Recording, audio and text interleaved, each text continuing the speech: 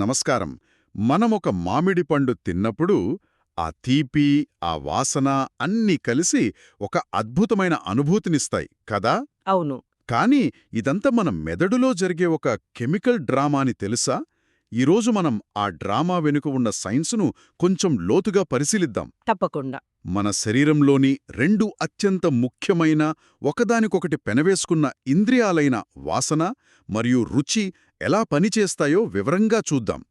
ఈరోజు మనం మాట్లాడుకునే విషయాలన్నీ ఫిజియాలజిస్ట్ మరియు న్యూరోసర్జన్ అయిన డాక్టర్ గాంధీ బి లంకగారి రచనల ఆధారంగా ఉన్నాయి. అవును. ఈ చర్చ ముఖ్యంగా ఫిజియాలజీ ట్రైనీలు మరియు వైద్య విద్యార్థులకు ఉపయోగపడేలా ఈ అంశాలను సమగ్రంగా కవర్ చేయడమే మన లక్ష్యం. అంటే బేసిక్స్ నుండి మొదలుపెట్టి అన్నీ కవర్ చేస్తాం. కరెక్ట్. గాలిలో, ఆహారంలో ఉండే రసాయన అణువులను మన శరీరం ఎలా గ్రహిస్తుందో చూద్దాం. ఈ ప్రక్రియ మొత్తానికి మూలం కీమోరెసెప్టర్లు. కీమోరెసెప్టర్లు అంటే రసాయనాల్ని గ్రహించేవి. అవును. అంటే ముక్కులోని శ్లేష్మంలో, నోటిలోని లాలాజలంలో కరిగిన కెమికల్స్కు రెస్పాండ్ అయ్యే స్పెషల్ సెల్స్ అన్నమాట. సరే, అయితే వాసనతో మొదలు పెడదాం. ఈ వాసనను పసిగట్టే ఈ అద్భుతమైన ప్రక్రియ మన శరీరంలో ఖచ్చితంగా ఎక్కడ మొదలవుతుంది? ఇది ముక్కు లోపల ఆ పైభాగంలో అంటే నాసికా కుహరం పైకప్పులో ఉండే ఆల్ఫాక్టరీ ఎపిథీలియం అనే ఒక చిన్న పసుపు రంగు ప్రాంతంలో మొదలవుతుంది. పసుపు రంగులో ఉంటుందా? అవును. ఒక రకంగా చెప్పాలంటే మన నాడీ వ్యవస్థ బయటి ప్రపంచానికి అత్యంత దగ్గరగా వచ్చే ప్రదేశం ఇదే. అంటే మన మెదడుకు ఒక కిటికీ లాంటిదన్నమాట. మరి ఆ ఎపిథీలియంలో ఏముంటుంది? దాని నిర్మాణం ఎలా ఉంటుంది? దానిలో ప్రధానంగా 3 రకాల కణాలుంటాయి. మొదటివి అసలైన హీరోలు ఆల్ఫాక్టరీ సెన్సరీ న్యూరాన్లు. ఇవి నిజానికి బైపోలార్ న్యూరాన్లు. బైపోలార్ న్యూరాన్లు? అవును. వీటి ఒక చివర డెండ్రైట్కు ఒక నాబుండి దాని నుండి సుమారు 6-12 వెంట్రుకల వంటి సిలియా శ్లేష్మంలోకి చొచ్చుకునుంటాయి.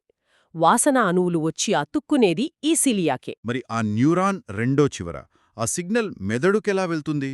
వాటి రెండో చివర ఉండే యాక్సాన్లన్నీ కలిసి పుర్రెలోని క్రిబిఫార్మ్ ప్లేట్ అనే ఒక జల్లెడలాంటి ఎముక ద్వారా ప్రయాణిస్తాయి. ఓ, జల్లెడలాగా. అవును. దాని ద్వారా నేరుగా మెదడులోని ఆల్ఫాక్టరీ బల్బుకు చేరుకుంటాయి. ఇక్కడ ఒక ఆశ్చర్యకరమైన విషయమేంటంటే ఈ న్యూరాన్ల జీవితకాలం కేవలం 1-2 నెలలు మాత్రమే. ఏంటి, కేవలం 2 నెలలా? అంటే మన వాసన చూసే న్యూరాన్లు నిరంతరం చనిపోయి మళ్లీ పుడుతూ ఉంటాయన్నమాట. అవును, కరెక్ట్. మరి అలాంటప్పుడు ఒక వాసనకు సంబంధించిన జ్ఞాపకం మనకు ఎలా స్థిరంగా ఉంటుంది? ఆ కనెక్షన్లు ప్రతిసారి కొత్తగా ఏర్పడతాయా? అద్భుతమైన ప్రశ్న. ఇక్కడే మన కథలోని మిగతా 2 కణాలు రంగంలోకొస్తాయి. రెండవ రకం సపోర్టింగ్ కణాలు. ఇవి ఆ న్యూరాన్లకు మద్దతుగా ఉంటూ శ్లేష్మాన్ని స్రవిస్తాయి. సరే. ఇక మూడవ, అత్యంత ముఖ్యమైనవి బేసల్ స్టెమ్ కణాలు. ఇవి విభజన చెంది చనిపోయిన ఆల్ఫాక్టరీ న్యూరాన్ల స్థానంలో కొత్త వాటిని ఏర్పరుస్తూ ఉంటాయి. ఓ, అవే రీప్లేస్ చేస్తాయన్నమాట. ఎగ్జాక్ట్లీ. ఈ కొత్త న్యూరాన్లు మళ్లీ అవే పాత కనెక్షన్లను ఆల్ఫాక్టరీ బల్బుతో ఏర్పరచుకుంటాయి. అందుకే మన వాసన జ్ఞాపకాలు స్థిరంగా ఉంటాయి. చాలా బావుంది. ఇప్పుడసలు ప్రక్రియలోకి వెళ్దాం. గాలిలోని వాసన అణువు ఆ సీలియాను తాకినప్పుడు ఏం జరుగుతుంది? ఆ రసాయన సందేశం విద్యుత్ సందేశంగా ఎలా మారుతుంది? మనలో సుమారు 400 రకాల వాసన గ్రాహకాలు అంటే ఓడరెంట్ రిసెప్టర్స్ ఉన్నాయి. ఇవన్నీ జీపీసీఆర్ అనే ఒక రకమైన రిసెప్టర్లు. జీపీసీఆర్? వీటిని కణం బయట ఉండే ఒక డోర్బెల్ లాగా ఊహించుకోవచ్చు. వాసన అణువు వచ్చి ఈ డోర్బెల్ అంటే జీపీసీఆర్ నొక్కినప్పుడు కణం లోపల ఒక గంట మోగుతుంది. ఆ గంట జీ ప్రోటీన్ అన్నమాట. అవును. ఆ జీ ప్రోటీన్ అడినైల్ సైక్లేస్ అనే ఎంజైమ్ను యాక్టివేట్ చేస్తుంది. దీనివల్ల కణంలో సిఏఎంపి అనే సెకండ్ మెసెంజర్ స్థాయి పెరిగిపోతుంది. ఆ తర్వాత? ఆ పెరిగిన సిఏఎంపి సోడియం మరియు కాల్షియం అయాన్ల కోసం కొన్ని గేట్లు అంటే ఛానల్సు తెరుస్తుంది. ధనావేశమున్న ఈ అయాన్లు లోపలికి ప్రవహించడం వల్ల కణంలో డీపోలరైజేషన్ మొదలవుతుంది. అంటే సిగ్నల్ పుట్టింది. ఇక్కడతో అయిపోయిందా లేక ఇంకెవన్నా ఉందా? ఇక్కడే అసలు ట్విస్ట్ ఉంది. ఇది చాలా అసాధారణమైన విషయం. చాలా న్యూరాన్లలో క్లోరైడ్ అంటే సిఎల్ మైనస్ అయాన్లు లోపలికి వచ్చి సిగ్నల్ను ఆపుతాయి లేదా బలహీనపరుస్తాయి కదా? అవును, ఇన్హిబిటరీగా పనిచేస్తాయి. కాని ప్రకృతి ఇక్కడ ఒక తెలివైన ట్రిక్ ప్లే చేసింది. ఈ ఆల్ఫాక్టరీ న్యూరాన్లలో క్లోరైడ్ను కావాలనే ఎక్కువ మోతాదులో నిల్వ చేస్తారు. అలాగా? లోపలికి వచ్చిన కాల్షియం ఈ క్లోరైడ్ కోసం ప్రత్యేకమైన గేట్లను తెరుస్తుంది. ఇప్పుడు రుణావేశమున్న క్లోరైడ్ బయటకి ప్రవహిస్తోంది. నెగటివ్ ఛార్జ్ బయటకు వెళ్తోంది కాబట్టి అది డీపోలరైజేషన్ను ఇంకా పెంచుతోంది. అద్భుతం. అంటే సిగ్నల్ను బలహీనపరిచే అయాన్నే దాన్ని బలపరిచేందుకు వాడుకుంటోందన్నమాట. అవును, ఇది సిగ్నల్ను యాంప్లిఫై చేయడానికి ప్రకృతి చేసిన ఒక ప్రత్యేకమైన ఏర్పాటు. వావ్! సరే, ఈ బలమైన సిగ్నల్ ఆల్ఫాక్టరీ బల్బుకు చేరింది. అక్కడ దాన్ని ఎలా ప్రాసెస్ చేస్తారు? ఆల్ఫాక్టరీ బల్బ్లో వేల కొద్దీ చిన్న చిన్న ప్రాసెసింగ్ స్టేషన్లుంటాయి. ఇక్కడ ఒక ఖచ్చితమైన నియమముంది. అదేమిటి? ఒకే రకమైన డోర్ బెల్ అంటే రిసెప్టర్ ఉన్న న్యూరాన్లన్నీ ఒకే గ్లోమెరులస్కు కనెక్ట్ అవుతాయి. ఓ, అంటే మెదడుకు చేరే ముందే ఇక్కడొక ఫైలింగ్ సిస్టమ్ లాంటిది ఏర్పడుతుందన్నమాట. గులాబీ వాసన ఫైల్స్ అన్నీ ఒకచోట, కాఫీ వాసన ఫైల్స్ అన్నీ ఇంకో చోట అన్నట్టు. ఖచ్చితంగా. దీన్నే కీమోటోపిక్ మ్యాప్ అంటారు. ఇది సమాచారాన్ని ప్రాసెస్ చేయడాన్ని చాలా సులభతరం చేస్తుంది.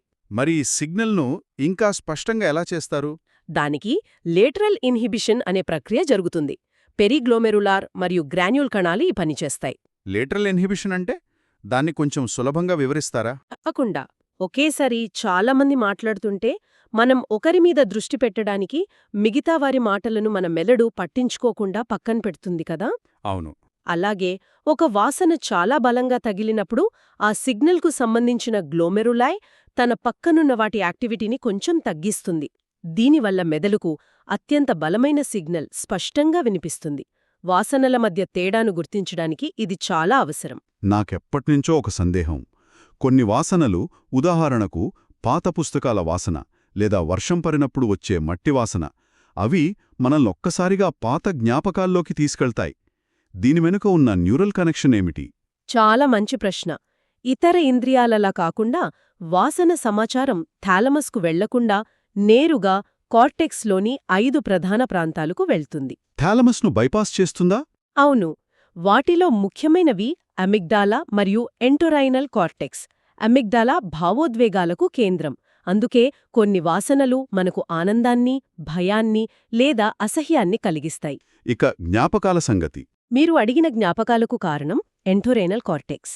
ఇది జ్ఞాపకాలకు కింగ్ పిన్ అయిన హిపోకాంపస్కు ప్రవేశద్వారం లాంటిది.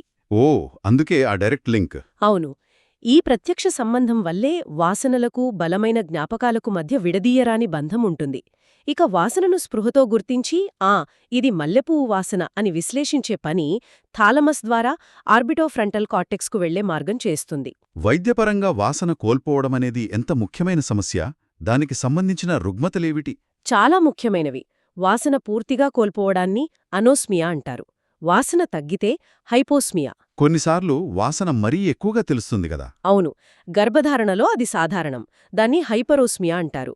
కొన్నిసార్లు వాసనలు వక్రీకరించబడతాయి. మంచి వాసన కూడా చెడుగా అనిపిస్తుంది. దాన్ని డయోస్మియా అంటారు. వీటికి కారణాలేమై ఉంటాయి? సాధారణ జలుబు, సైనస్ సమస్యల నుండి తలకు బలమైన గాయాలు తగలడం వరకు ఏమైనా కావచ్చు. ముఖ్యంగా ఆ జల్లెడలాంటి క్రిబ్రిఫార్మ్ ప్లేట్ విరిగితే నరాలు తెగిపోయి శాశ్వతంగా వాసన పోవచ్చు. అంటే ఇది చాలా సీరియస్. అవును. కొన్నిసార్లు బ్రెయిన్ ట్యూమర్లు, అల్జైమర్స్ వంటి న్యూరోడీజెనరేటివ్ వ్యాధులకు ఇది ఒక ప్రారంభ సంకేతం కూడా కావచ్చు. ఇది కేవలం అసౌకర్యం కాదు, గ్యాస్ లీక్లు, పాడైపోయిన ఆహారం వంటి ప్రమాదాలను గుర్తించలేకపోవడం ప్రాణాంతకం కావచ్చు. వాసన అనేది దూరం నుండి వచ్చే రసాయన సంకేతాలను పసిగట్టడం. మరి మనం నేరుగా నోట్లో పెట్టుకునే పదార్థాల సంగతేంటి? వాటి రసాయన రహస్యాలను మన శరీరం ఎలా ఛేదిస్తుంది? ఇక్కడే మన రెండవ ముఖ్య ఇంద్రియం రుచి రంగంలోకొస్తుంది. అవును. రుచిని గ్రహించేవి రుచి మొగ్గలు అంటే టేస్ట్ బడ్స్. మనకు సుమారు 5,000 రుచి మొగ్గలుంటాయి. 5,000? అవును. ఇవి ప్రధానంగా నాలుకపై ఉండే పాపిల్లే అనే చిన్న చిన్న బొడిపెలలో ఉంటాయి. నాలుక కొనపై ఉండే ఫంగిఫామ్, వెనుక వి ఆకారంలో ఉండే సర్కంవెల్లేట్ మరియు పక్క అంచులలో ఉండే ఫోలియేట్ పాపిల్లెలలో ఇవి ఉంటాయి. ఒక్కో రుచి మొగ్గల లోపల ఏముంటుంది? ప్రతి మొగ్గలో 50-100 కణాలు ఉంటాయి. వీటిలో అసలు రుచిని గ్రహించే రిసెప్టార్ కణాలు, వాటికి మద్దతిచ్చే సపోర్టింగ్ కణాలు మరియు కొత్త కణాలను తయారుచేసే బేసల్ కణాలు ఉంటాయి. సరే. అయితే ఇక్కడ గుర్తుంచుకోవాల్సిన విషయమేంటంటే వాసన కణాల్లా కాకుండా ఈ రుచి గ్రాహక కణాలు నిజమైన న్యూరాన్లు కావు. అవి రూపాంతరం చెందిన ఎపిథీలియల్ కణాలు. ఇది ఆసక్తికరంగా ఉంది. మరి వాటి జీవితకాలం ఎంత? అవి కూడా నిరంతరం భర్తీ అవుతాయా? అవును, వాసన కణాల కన్నా చాలా వేగంగా. వీటి జీవితకాలం కేవలం 10 రోజులు మాత్రమే. 10 రోజులేనా? అవును, అందుకే నాలుక కాలినా కొన్ని రోజుల్లోనే రుచి మళ్ళీ మామూలుగా తెలుస్తుంది. ఈ నిరంతర పునరుత్పత్తి బేసల్ కణాల వల్లే సాధ్యం. మరి ఈ న్యూరాన్లు కాని కణాల నుండి సమాచారం మెదడుకు ఎలా వెళ్తుంది? 3 ప్రధాన కపాల నాడులు ఈ బాధ్యతను తీసుకుంటాయి. నాలుక ముందు 2 పలల 3 వంతుల భాగం నుండి ఫేషియల్ నరం వి, ఓకే. వెనుక 3వ వంతు నుండి గ్లోసోఫారింజియల్ నరం ఐ 9, మరియు గొంతు వెనుక ఎపిగ్లాటిస్ నుండి వాగస్ నరం ఎక్స్. అంటే 3 వేర్వేరు నరాలు? అవును, ఈ నరాలన్నీ మెడ్డుల్లాలోని న్యూక్లియస్ ఆఫ్ ది ట్రాక్టస్ సోలిటారియస్ అనే కేంద్రకానికి సమాచారాన్ని చేరవేస్తాయి. అక్కడి నుండి థాలమస్ మీదుగా మెదడులోని గస్టేటరీ కార్టెక్స్కు వెళ్తుంది. ఇక అసలు విషయానికొద్దాం. మనకు తెలిసిన 5 ప్రాథమిక రుచులు ఉప్పు, పులుపు, తీపి, చేదు, ఉమామి. వీటిని మన నాలుక ఎలా వేర్వేరుగా గుర్తిస్తుంది? ప్రతి రుచికి ఒక ప్రత్యేకమైన యంత్రాంగముంది. ఉప్పు మరియు పులుపు చాలా సరళమైనవి. వాటి అయాన్లు అంటే Na+ మరియు H+, నేరుగా కణాలపై ఉండే ఎపిథీలియల్ సోడియం ఛానల్స్ వంటి గేట్ల ద్వారా లోపలికి ప్రవేశిస్తాయి. అంటే డైరెక్ట్ ఎంట్రీ అన్నమాట. అవును, అలా ప్రవేశించి డీపోలరైజేషన్ను కలిగిస్తాయి. ఇది చాలా ప్రత్యక్షమైన ప్రక్రియ. సరే, ఉప్పు, పులుపు అనేవి నేరుగా అయాన్ల గేట్లను తెరుస్తాయన్నమాట. మరి తీపి, చేదు, ఉమామి సంగతేంటి? అవి కూడా ఇంతే సరళమా? లేదు, ఈ 3 రుచులు మనం వాసనలో చర్చించుకున్న జీపీసీఆర్ అంటే డోర్ బెల్ మెకానిజంపై ఆధారపడతాయి. తీపి కోసం T1R2 ప్లస్ T1R3 అనే 2 ప్రోటీన్లు కలిసి ఒక రిసెప్టర్గా పనిచేస్తాయి. T1R2 plus T1R3.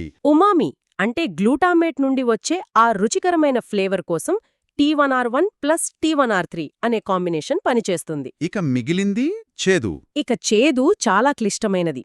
ఎందుకంటే ప్రకృతిలో విషపూరితమైన మొక్కలు, ఆల్కలాయిడ్లు రకరకాలుగా ఉంటాయి కదా. ఇది మన శరీరం యొక్క డేంజర్ డిటెక్షన్ సిస్టమ్ లాంటిది. అవును, విషాన్ని గుర్తించాలి. అందుకే చేదును గుర్తించడానికి T2R కుటుంబానికి చెందిన సుమారు 30 వేర్వేరు రకాల రిసెప్టర్లు ఉన్నాయి. ఒక్క రిసెప్టర్ ఉంటే అది కొన్ని విషాలనే పసిగట్టగలదు, కానీ 30 ఉంటే అది మనల్ని చాలా రకాల ప్రమాదాల నుండి కాపాడుతుంది. చిన్నప్పుడు పాఠ్యపుస్తకాల్లో నాలుక పటం అనే ఒకటుండేది. నాలుక కొన తీపిని, వెనుక భాగం చేదును గుర్తిస్తుందని. అందులో నిజమెంత? అది ఒక పెద్ద అపోహ. అపోహేనా? అవును, వాస్తవానికి నాలుకపై రుచి మొగ్గలు ఉన్న అన్ని ప్రాంతాలు 5 ప్రాథమిక రుచులను గ్రహించగలవు.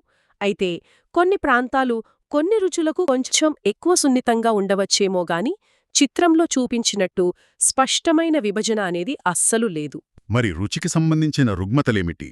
వాసనలాగే రుచికి కూడా ఉన్నాయి. రుచి పూర్తిగా పోవడాన్ని ఎగ్యూసియా అంటారు, తగ్గితే హైపోగ్యూసియా. కొన్నిసార్లు నోట్లో ఎప్పుడూ లోహపు రుచి లేదా చెడు రుచి వస్తుంటుంది, దాన్ని డైస్గ్యూసియా అంటారు. వీటికి కారణాలు? నరాల దెబ్బతినడం, బెల్స్ పాల్సీ, కొన్ని క్యాన్సర్ మందులు, జింక్ లోపం, పొగాకు వాడకం వంటివి వీటికి కారణాలు కావచ్చు. ఈ మధ్య సూపర్ టేస్టర్స్ అనే పదం వింటున్నాను. వారెవరు? జనాభాలో సుమారు 25% మంది సూపర్ టేస్టర్స్ ఉంటారు. వీరికి చేదు పట్ల సున్నితత్వం చాలా ఎక్కువగా ఉంటుంది. అందుకే వీరు బ్రాకోలీ, కాఫీ, గ్రేప్ ఫ్రూట్ వంటి వాటికి దూరంగా ఉంటారు. ఓహో, అందుకే కొందరికి కాఫీ అస్సలు నచ్చదు.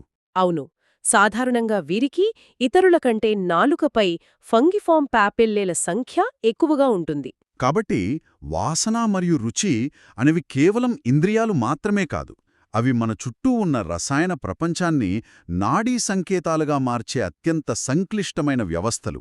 మన మనుగడ, జ్ఞాపకాలు మరియు భావోద్వేగాలతో వీటికి విడదీయరాని సంబంధం ఉంది. అవును, సరిగ్గా చెప్పారు. ఈ రెండింటిలోనూ ఒక సారూప్యత ఉంది. ఒక వాసన లేదా రుచి తీవ్రతలో తేడాను మనం గుర్తించాలంటే దాని గాఢతలో సుమారు 30% మార్పు ఉండాలి. 30%? అవును, ఇది దృష్టితో పోలిస్తే చాలా తక్కువ సున్నితత్వం. దృష్టి కేవలం 1% కాంతి తీవ్రత మార్పును కూడా గుర్తించగలదు. కానీ చేదుకు థ్రెష్హోల్డ్ అంటే గుర్తించడానికి అవసరమైన కనీస గాఢత మిగతా రుచుల కన్నా చాలా తక్కువ. అంటే ప్రమాదాన్ని త్వరగా పసిగట్టడానికన్నమాట. ఎగ్జాక్ట్లీ. అది విషపూరిత పదార్థాల నుండి మనల్ని మనం రక్షించుకోవడానికి ఏర్పడిన ఒక పరిణామ రక్షణ యంత్రాంగం. ముగించే ముందు శ్రోతలు ఆలోచించడానికి ఒక ప్రశ్న వదలండి. తప్పకుండా. మనం ఇందాక మాట్లాడుకున్నట్టు రుచిముగ్గలకు అనుసంధానించబడిన నాడిని కత్తిరిస్తే ఆ రుచిముగ్గలు క్షీణించిపోతాయి. అంటే వాస్తవానికి న్యూరాన్లు కానీ ఈ ఎపిథీలియల్ కణాలు తమ మనుగడ కోసం నాడీ వ్యవస్థ నుండి వచ్చే సంకేతాలపై ఎంతగా ఆధారపడి ఉన్నాయో అర్థమవుతోంది కదా. అవును. ఇప్పుడు ఆలోచించాల్సిన విషయమేమిటంటే మన శరీరంలో నాడీ కణాలు కానటువంటి ఇతర కణాలు ఏవి తమ మనుగడ మరియు సరైన పనితీరు కోసం నాడీ వ్యవస్థ ఇన్పుట్పై ఇంత క్లిష్టంగా మరియు ప్రత్యక్షంగా ఆధారపడి ఉన్నాయి. ఈ ప్రశ్న ఇంద్రియాలకు అతీతంగా మన శరీరం అంతటా జరిగే న్యూరోట్రోఫిక్ పరస్పర చర్యల ప్రాముఖ్యత గురించి ఆలోచింపజేస్తోంది.